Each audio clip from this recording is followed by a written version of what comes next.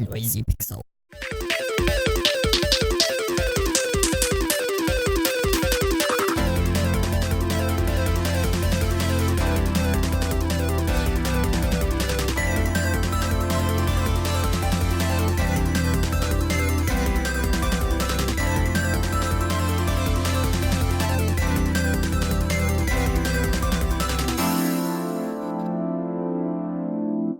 What's up, nerds? Welcome to another episode of Noisy Pixel Podcast, the official podcast of NoisyPixel.net, your source for video games, news, reviews, previews, and all the good gamey, nerdy goodness that is games, specifically the video kind.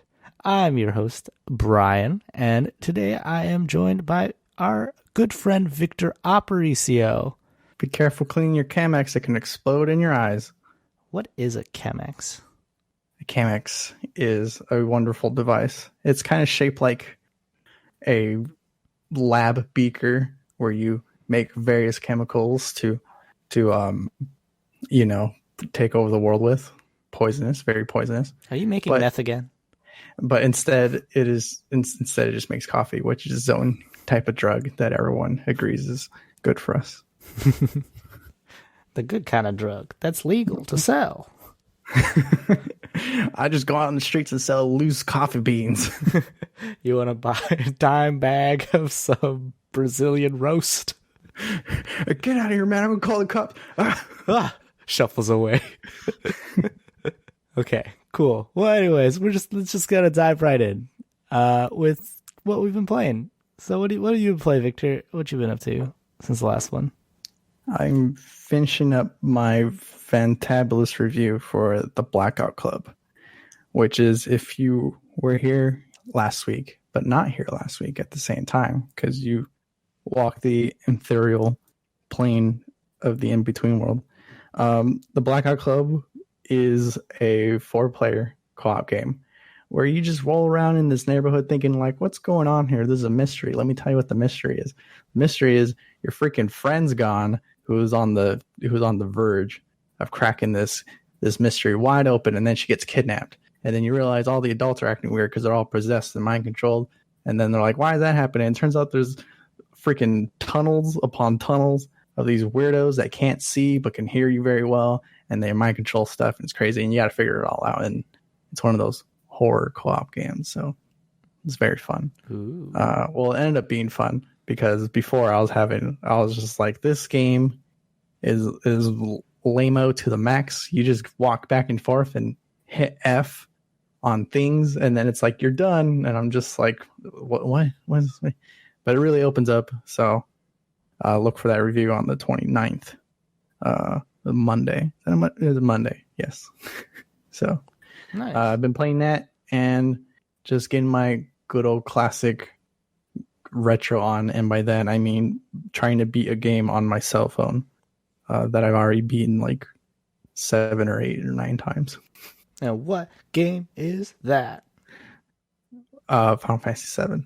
I didn't realize until you asked me that I didn't say it. I was like, go on, tell me more. Everyone can read my mind. So good old Final Fantasy VII, just getting nice and hypey until the remake comes out. Dope. Mm-hmm. Sweet. Though if I really want to recreate what the remake's going to be in my head while playing this game, all I have to do is stop playing once I get out of Midgar, which is too late. I've already been playing past Midgar. So it's a moot point. Yeah, I already ruined it. I was supposed to pretend roll credits in my head by now. You had one job. Roll credits in your own head. You know, there's the thing about that one job meme, and that is when you're at a real job, you have like 20 jobs to do. It's called the job description. You don't have just one job. Yeah, they're macro jobs. They're like the mini games of the game of life. And you can't go to a lower middle class Mexican mother who's trying her best to give her son a future and say like, you only have one job. She's like, actually I have like 2 jobs. Well, 2.5, because when I get home I gotta be a mother. And my existence is a chore. It's a job. Really off topic right now. Yeah, back to video games. So I've been playing, back to video games only to go out of video games for a brief moment to go back into video games. And by that I mean, I was playing a game that came out on early access, I believe on the 17th, called Gloomhaven on Steam. And that is a PC version of a fairly popular board game amongst the board game community, also called Gloomhaven. And I was very excited. So when they announced that game, because I've been really enjoying the board game with my friends. And for those of you who don't know what Gloomhaven is, it's we're going to get into some board game terminology too. So it's like a legacy board game. And a legacy board game is a type of board game that you change as you play through it, like physically change it. So you like alter the board game pieces with like stickers. You like tear up cards and like stuff like that. And so it's a legacy game, and it's also a kind of like a tabletop RPG a little bit, because they get a lot of inspiration from things like Dungeons and Dragons and stuff like that. But the difference is you're using cards instead of dice to do actions and to basically like alter your attacks with like modify your attacks with +1s and +2s and ×2s and stuff like that. You use cards to do that. But the cool thing about the board game, which initially drew me in, was that it was basically like a video game version of or a board game version of a video game. And because you unlock stuff as you play through it with your friends, so you start off with this big overarching map and like only a few locations on it, but as you every time you like sit down to play, you choose you guys as a group can choose what location to go to next, and where you go gives a different scenario. Usually they're combat scenarios, and so depending on which combat scenarios you decide to do and whether or not you like were able to get like certain treasure chests from them and things like that, you unlock more locations on this overarching world map that you get to go and explore. And it's always different where you guys go, because you guys as a group are choosing it and you're unlocking things based on your choices. On top of that, your characters have a like overarching life goal, like they are trying to like discover something to do with like a mysterious mist or something like that. And so you have to have a goal of like completing 5 missions above the mission number 50 or something like that. And if you do that, you get to retire your character and start a new one from the beginning. But you also get to unlock a new character. So inside the board game, there's little boxes and stuff that have like character miniatures, as well as like the cards and decks for those characters. But you don't have access to those characters until you unlock them through playing the game.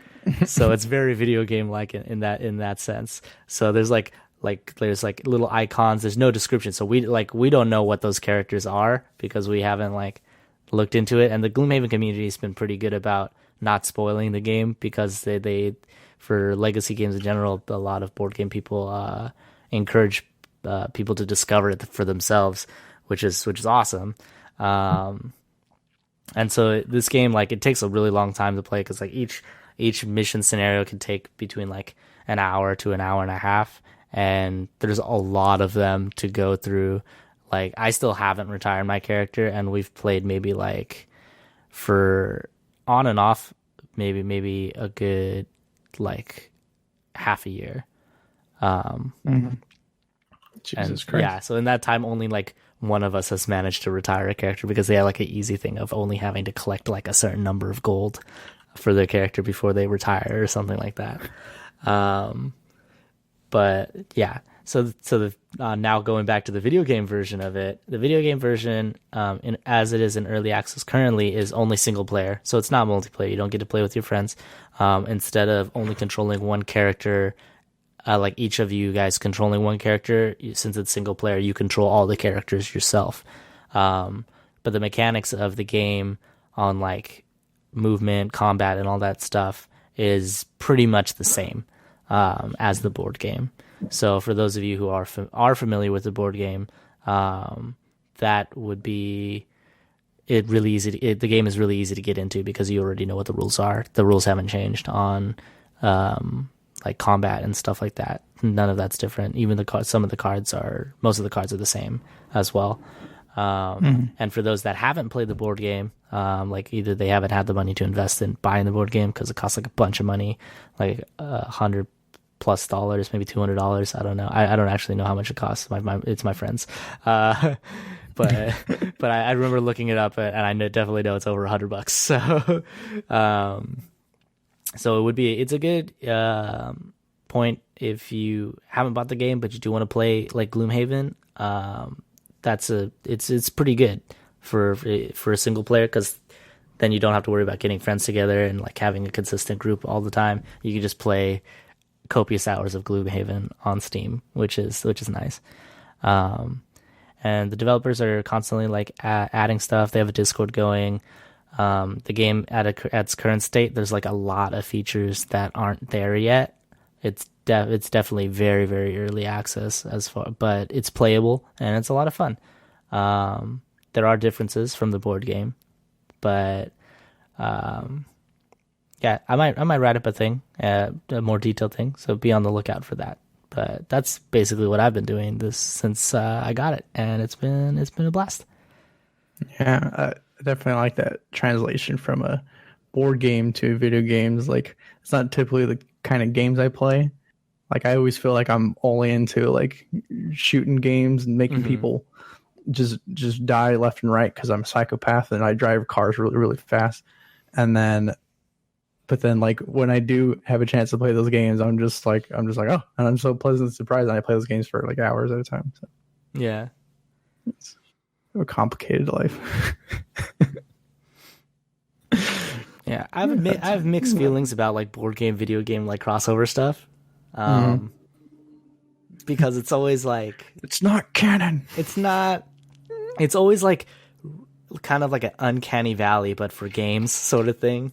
Where it's like unfaithful to the original vision. Where you're like, okay, it's fun, but it's not giving me the same like feel as if I wanted it to be a video game. It's like, oh, it's not giving me the same feel as a video game version of it would, or it's not giving me the same feel as the board game version or whatever.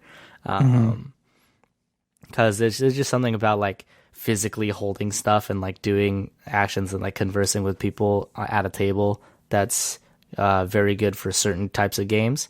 And then there's other things where it's just way better if it was just done in a video game, because it's too cumbersome to translate it into a board game. But yeah, if it's done well, then great. But yeah, so mileage varies from game to game. I like it. Yeah. Moving on to the news. But first, you wanted to reach out to us. You like us, I hope. Right? Well, if you want to, you can go ahead and email us at nppodcast@noisypixel.net. Send us questions, comments, opinion pieces, things, just as a quick hello, whatever you want. Help make Noisy Pixel Podcast the podcast for you. And if you want to just generally shout out the Noisy Pixel crew, we have a Twitter at Noisy Pixel News, where you can slide into our DMs, at us and whatever's the social media speak is. I don't run our Twitter, so I don't really know what I'm doing there. Yeah. Do the hashtags and follows and tags and geotags and just get right on. And the price tags and the mattress tags. Don't rip those off. The cops will get called. The freeze tag. But yeah, so you can always hit us up on social media. Or yeah, for you old school people who like email us. Hit him with that email again. Yeah, that email is nppodcast@noisypixel.net. Now to the news. Now. What's new in news, Victor? Well, I want to talk about the new Death Stranding trailer that came out. It highlights a character through a cutscene named Hartman, and the one where they scan that director Nicholas Winding Refn. I don't know how to say his name. Who's the director of movies like Drive and Only God Forgives, to which I mean he's the director of Ryan Gosling because he just likes to hang out with him and tell him how to act, I suppose. He just likes yelling at Ryan Gosling. That's his driving force for making movies. My career and motives for making movies is to tell Ryan Gosling what to do. So yeah, Hideo Kojima likes to hang out with his friends and 3D scan him in the games, and then he put him in this game. And just like Star Wars, they made him voiced by someone else. So in this cutscene, you see the Hartman character. He's got this doohickey on his chest, to which for whenever he dies, which is apparently every 21 minutes, he's just dead. And like this thing revives him, and like he'll flip the counter back on so he knows how much longer he has. And it's a very interesting scene because like it's just him going on what he does with that time, with that very short intervals. He likes to listen to music and read books and watch very short movies because I just realized that like I don't know if he still has his memories. I'm sure he does, since he's a scientist. He has to remember and record everything. I'm sure he does, but like that would suck to like be like, someone comes up to him during his alive state and it's just like, bro, you gotta check out this movie. He's like, dude, I can't. It's 2 hours long. And he's just like, what? I don't got the time. It's just 2 hours, man. Just hit pause whenever you got like a minute left and die and come back and keep going. You just have to leave little like notes for himself. Well, actually, to be honest, I bet you that's just Alzheimer's the game. that's just, oh my god. That's legit just Alzheimer's the game. So he's just sitting there talking to freaking Sam Border Bridges about like his life and like just how he lives in his intervals. And like the part they get there's two things that's very interesting me in this trailer, which at the same time convinces me to not watch any trailer because I'm already like trying to guess what's going on in the game, and I don't want to do that. I want to go in blind. So no more trailers for me. I'm in trailers timeout. But he talks about, for one, in regular just normal conversation, he talks about Death Stranding as an event. Like he says he calls the event Death Stranding, and then that's what's happening. And like I said, it's already got my brain racing. And I want to go on Reddit and read all the theories and make my own. And I just think that's very interesting. It goes from, it makes the game be really vague to just being like, I think I'm getting it. And another thing that does that is he talks about how he's technically still dead, that he is dead right now. It's just that his soul is already on what he calls the beach, which is like you've seen in trailers as sort of like the end between between the worlds and stuff like that. So he's just like, right now, like my soul's at the beach and I'm already dead. And this alive state is what has to keep going in this 21-minute intervals for him to exist, I guess. So very cryptic still, but like again, like it kind of helps you get what's going on, and I'm just I'm way too excited to play this game. That sounds pretty dope. It's great. And like I was telling you before, it just reminded me of when Mark Cerny came on stage at one of the PSX, and they just played a trailer. And again, this is before all of the release date and the new trailer and all that stuff. And this confusing ass trailer plays where like there's invisible creatures and people turning old when the rain hits them and all that stuff and all this crazy stuff. And then it dies down and Mark Cerny goes like, trust me, that makes, once you play the first hour, that all makes sense. I'm like, what? There's no way that any of that makes sense. This seems like it's more confusing than Metal Gear, and Metal Gear was like fucking 20 games. I'm really excited for this game, as you can tell. Yeah, the creative mind of Hideo Kojima, the unleashed mind of Hideo Kojima, because now he has his own gaming company. He could do whatever the fuck he wants. Yeah, the freaking like here, you know what's a really Hideo Kojima thing that I think would happen is you know how like they have Norman Reedus in that one trailer, as the guy that you're playing, and then based on what you're saying about this new trailer and his affinity for famous people, what if your spirit just enters different bodies and then it can be in that physical form for 21 minutes before it dies. So every time you die in that 21 minutes, it's just a different celebrity you're playing as. You like start as Norman Reedus and then boom, next person, you're George R.R. Martin. They're like, it's just like a series of people that Hideo Kojima knows and pulls in a favor with and just like mocap them for real quick. That would be a real Hideo Kojima thing to do, I feel.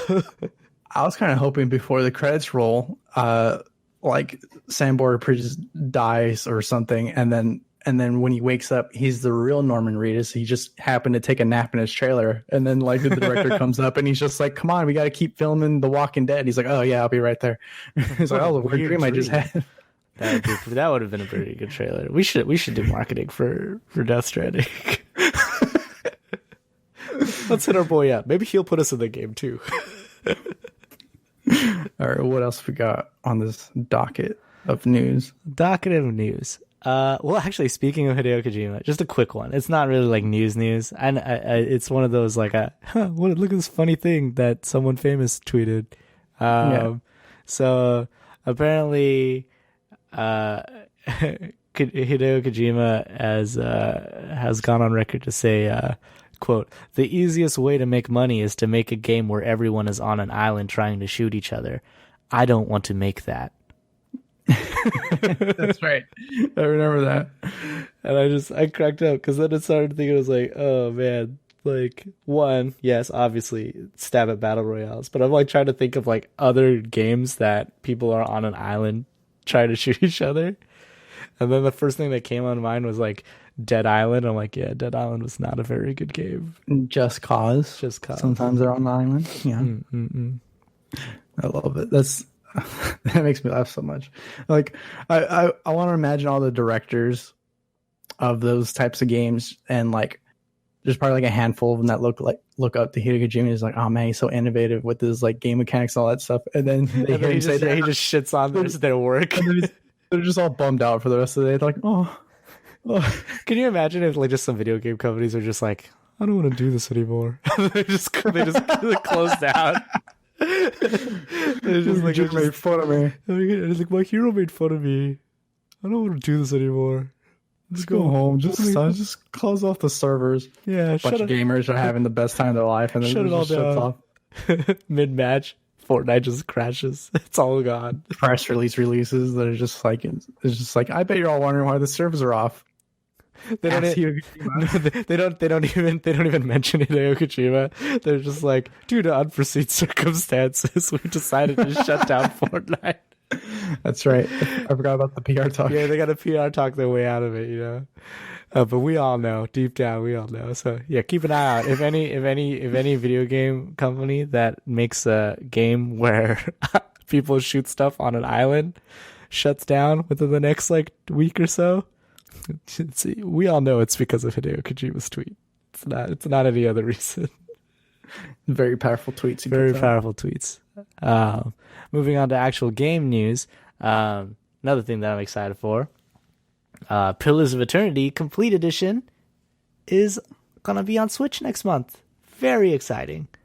Because we were talking about how like, you know, the benefits of the new Switch, the Switch Lite that doesn't you can't dock it, but it's more geared towards people who want to play basically games on the go. Pillars of Eternity, great one to add to your new Switch collection. It's knowing me if I'm excited about it. It's an RPG. Your boy loves RPGs. It's done by the people who made Divinity Original Sin and Divinity Original Sin 2, and who are making the new Baldur's Gate video game. It's the company Obsidian Entertainment, and they make a quality RPG. Let me tell you, the Divinity Original Sin, Pillars of Eternity, all those games, you owe it to yourself to play these games if you like fantasy RPGs. And the South Park games. Yes, and the South Park games. You're right.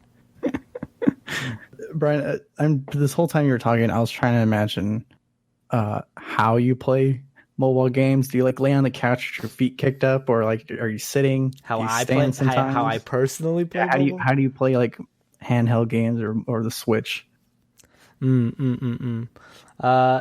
Sometimes I do a crisscross applesauce with my legs.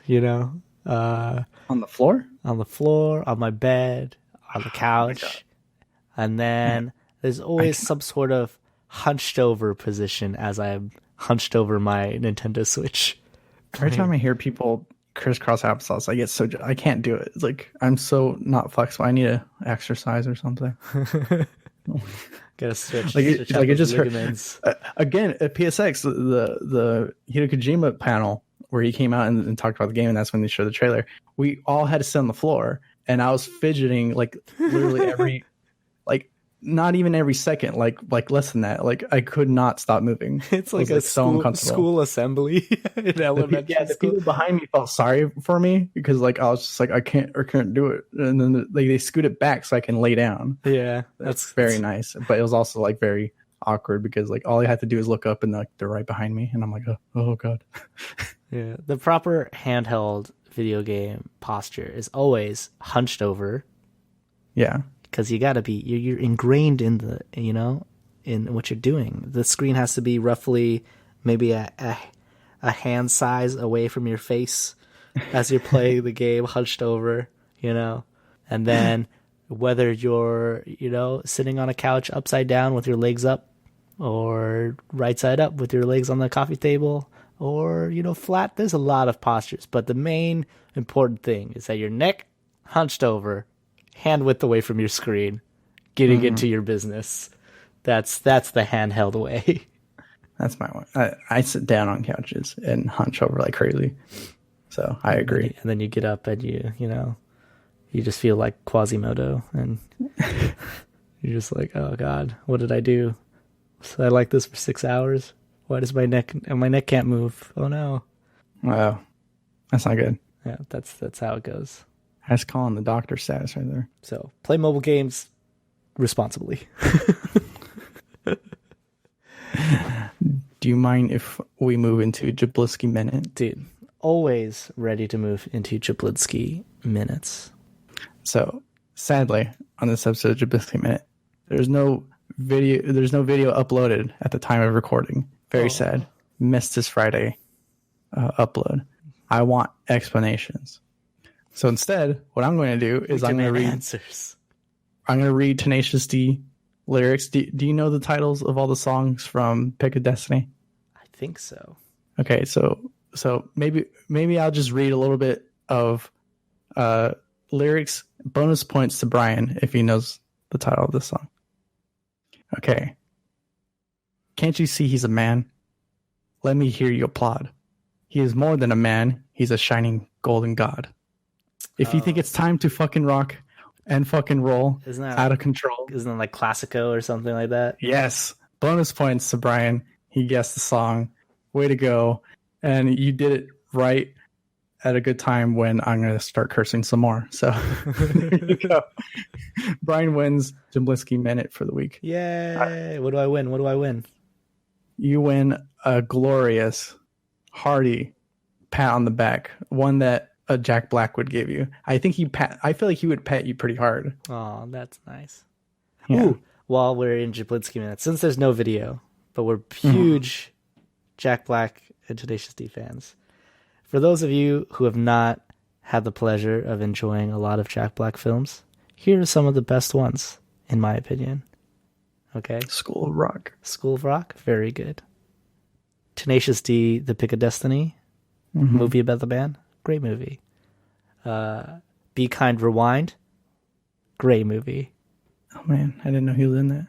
Yeah, he's in Be Kind Rewind, and I think that's a very underrated Jack Black film that people should watch. Okay. Nacho Libre, also good. And Yes. Yes. I believe Bernie is the name of that other movie where he plays a mortician, and that one's pretty fun as well. So Fun check it fact out. about my life: Educate when yourself. it comes to Nacho Libre, my friends put it on, and I was under the impression that it was piggybacking off like, what's that movie? Oh man, with the weird kid on the bus. He lived in the countryside, and he had an afro head and weird glasses. What's that movie called? Wait, where a movie where what? Where it's like that weird kid who like he dances Napoleon Dynamite. No, yeah. I thought it was like piggybacking off movie like that, and it was just going to be another trendy like awkward funny movie. Yeah, and I was just way like, better. It's way better. It's way better than Napoleon Dynamite.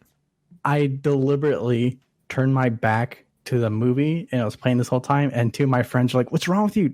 Let's watch this movie. Come on!" And like I was just like, "No, I'm gonna keep doing my own thing." I don't think I was doing anything. I think I was just laying down in the bed with my back to the TV in protest. Because I was just like, I'm not gonna give this movie because I was under the impression that was like a bad movie. I don't know why. That movie is so quotable. It's so good. So I hope you're not too mad at me. I'm super mad at you. You know, you've got your Jablinski Minutes rights revoked.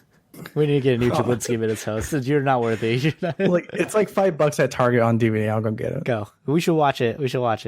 Maybe we'll get together and we'll have a Jack Black movie time.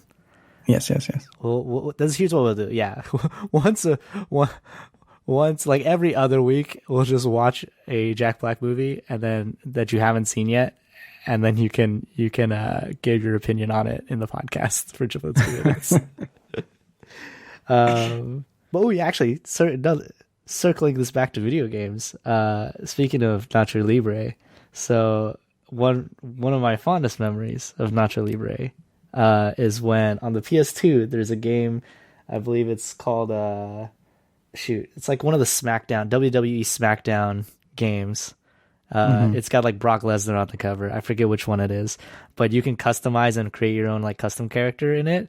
So me and my cousin were really obsessed with that game, and we recently watched Nacho Libre. So we made Nacho Libre. We made Nacho in the game, and we gave him all these like Mexican wrestler moves. And we just played as him throughout the whole game. It was awesome. That's amazing. I love it. But yeah, just a loose tie back in to video games. There you go. Yeah. Oh, actually, also more big tie-in. If you haven't played Brutal Legends and you like Jack Black, you got to play Brutal Legends. There you go. That's right. You can watch and play it for a few chapters. Yes, you can. Yes, you can. And the game is actually pretty fun. It's a lot of fun. It's quirky. It's campy. It's like a beat 'em up. It's a beat 'em up game. But it's Doesn't that game turn into like a tower defense like halfway through or something? I don't actually remember the bits. I only remember like the intro video because it's him like in a record store, and then I remember the first couple levels because I like would replay the game a couple times before like sitting down and playing through the rest of it. Good stuff. But yeah, what else can we talk about? Another piece of news that I think is relevant because we talked about gambling in video games that we could probably just chit chat about a little bit is that so GTA Online has a casino update, but due to gambling laws, it's blocked in like over 50 countries, and the reason for that is while you can, it's like the update is that there's like a city with like a casino and you can like do all these like gambly things, right? But you do it with the in-game currency from the game, which is not that bad, I guess, because you know that's just like how any online like like gambling game is. It's just like you play with fake money, right? But this is you can spend real money to get more fake money to gamble. And so a lot of countries are like, no, you can't do that, and then they don't let them in. What do you think? Yeah, I think it's interesting that for one that it just seems like it just pushes on that border of like, is this all right? Because like, again, like there's already things with like loot boxes. There's already like people going to court over loot boxes and stuff like that. And like, and while that didn't really go anywhere, I guess that's why Rockstar thought it was just like, okay, wait, are we in the clear? Can we okay, all right, put the freaking thing that's like literally the closest we can get to like real life gambling, which in some ways it is. So like, anyway, I just find it interesting that this melding of like real world problems about gambling, and it's just like, Yeah. let's take it there.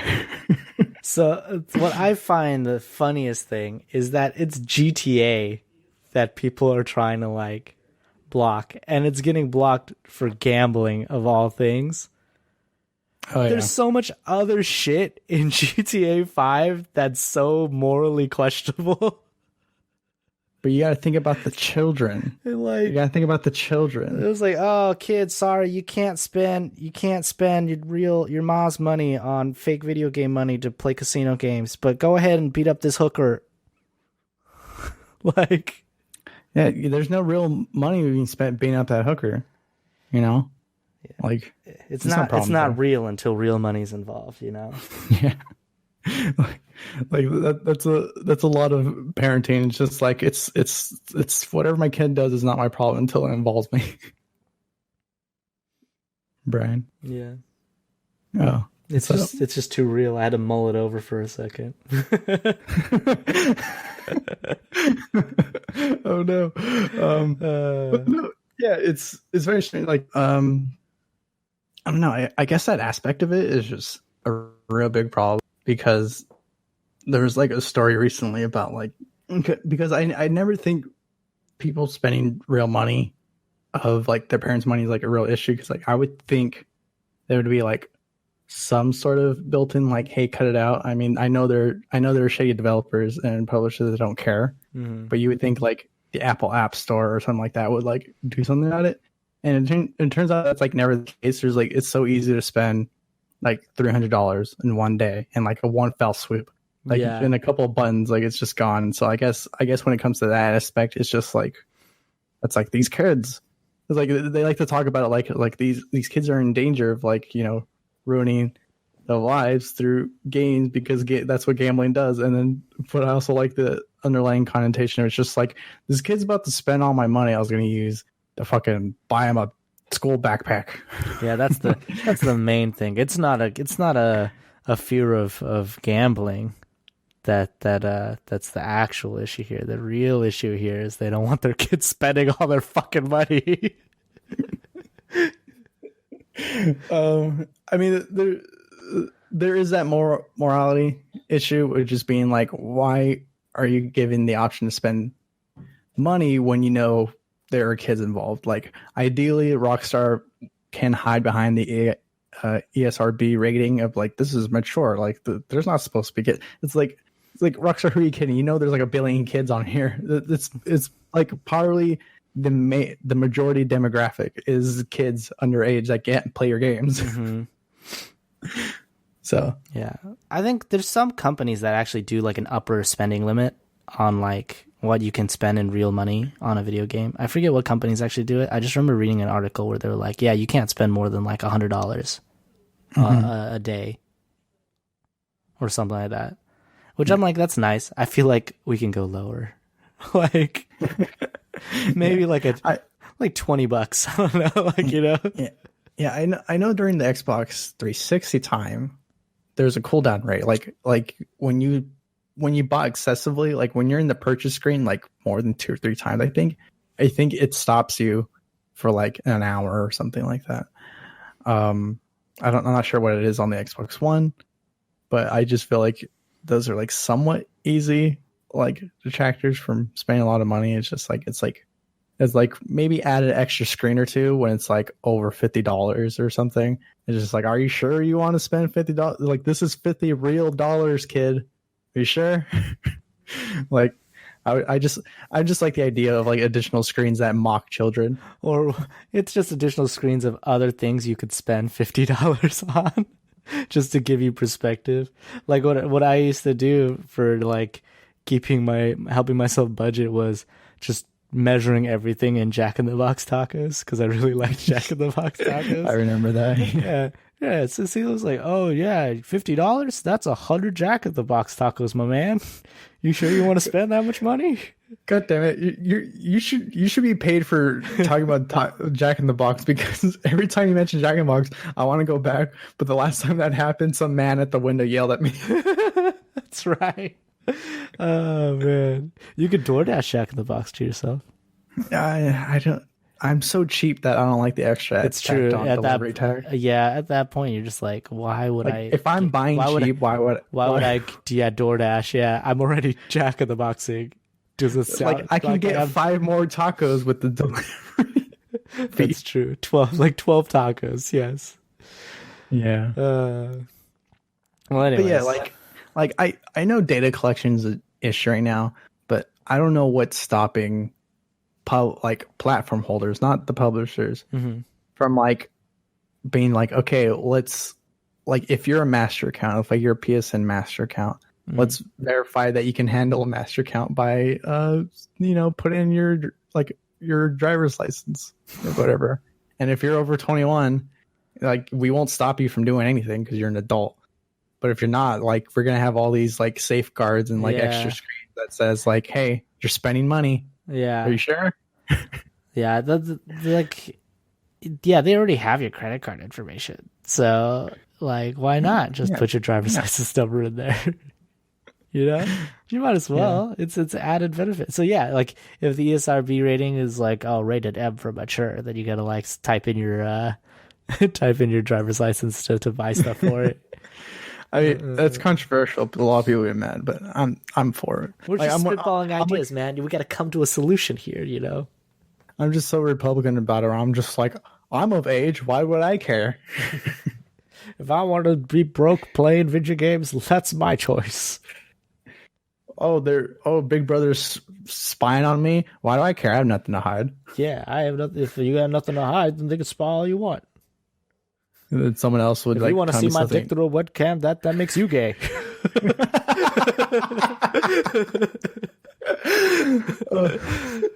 And then some logical person would come to me and they're just no, it's the precedence of the entire thing, and I'm just what? Get out of here! I'm trying to drink my we only got one president.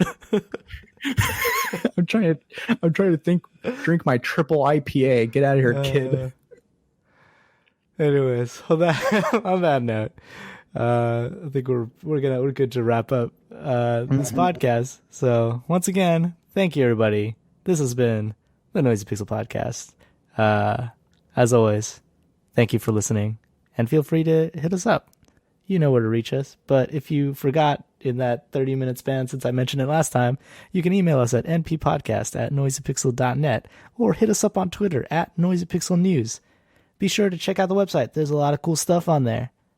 Video game related stuff. Interviews, reviews, all that good stuff. You like games? It's not a sofa review website. It is video games. Yeah. We don't review sofas. Don't let our 30 minutes of not actually talking about video games on this podcast fool you. It's a video game website. Not a Jack Black website. It's a video game website. I mean, it should be. It should be. We keep pushing to have Azario allow us to have a Jack Black tab on that website. Still, he said, but the legal recourse. Our next Retro Pixel should just be an old Jack Black movie. Yeah, we just watch a Jack Black movie. We don't even play a game. All right. Well, thank you guys again. And tune in for the next one. Bye-bye. Bye. Bye. Bye. Bye. Bye.